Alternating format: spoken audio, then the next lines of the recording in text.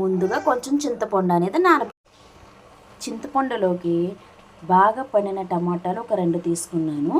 Next కొంచెం కొత్తిమీర వేసుకున్నాను అన్నమాట. ఇప్పుడు వీటిని మెత్తగా కలుపుకోవాలి. సో టమాటో, చింతపండు, కొత్తిమీర మెత్తగా ఇలా కలిపేసుకున్నానండి. నేను చేతితోట కలుపుకున్నాను అనమాట. మిక్సీ కూడా వేసుకోవచ్చు, అది మన ఇష్టము. ఇప్పుడు దీనిలోకి కొంచెం సాల్ట్, కొంచెం కారం,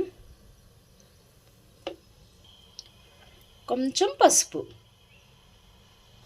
సో కొంచెం అల్లం ముక్క కూడా యాడ్ చేసి ఇప్పుడు చిల్లీ కూడా యాడ్ చేస్తున్నాను. ఇప్పుడు రసం మరుగుతుంది కదా, దీంట్లో కొంచెం అంటే కొంచెమే బెల్లం అనేది యాడ్ చేస్తున్నాను. ఇప్పుడు తాలింపు అయితే పెడుతున్నానండి. కొంచెం ఆవాలు, కొంచెం జీలకర్ర, సో కొంచెం వెల్లుల్లి, సో కరివేపాకు, ఒక ఎండుమిర్చి కూడా యాడ్ చేశాను. ఇప్పుడు కొంచెం కొత్తిమీర కూడా యాడ్ చేసేస్తున్నాను. ఫైనల్లీ పోపు కూడా పెట్టేసాను, రసంలో కూడా వేసేసానండి పోపు.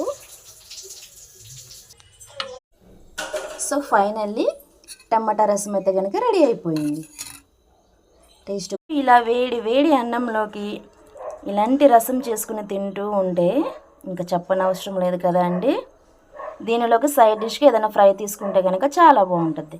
మీకు వీడియో నచ్చినట్లయితే కనుక లైక్ చేయండి, షేర్ చేయండి, సబ్స్క్రైబ్ చేయండి. Bye bye.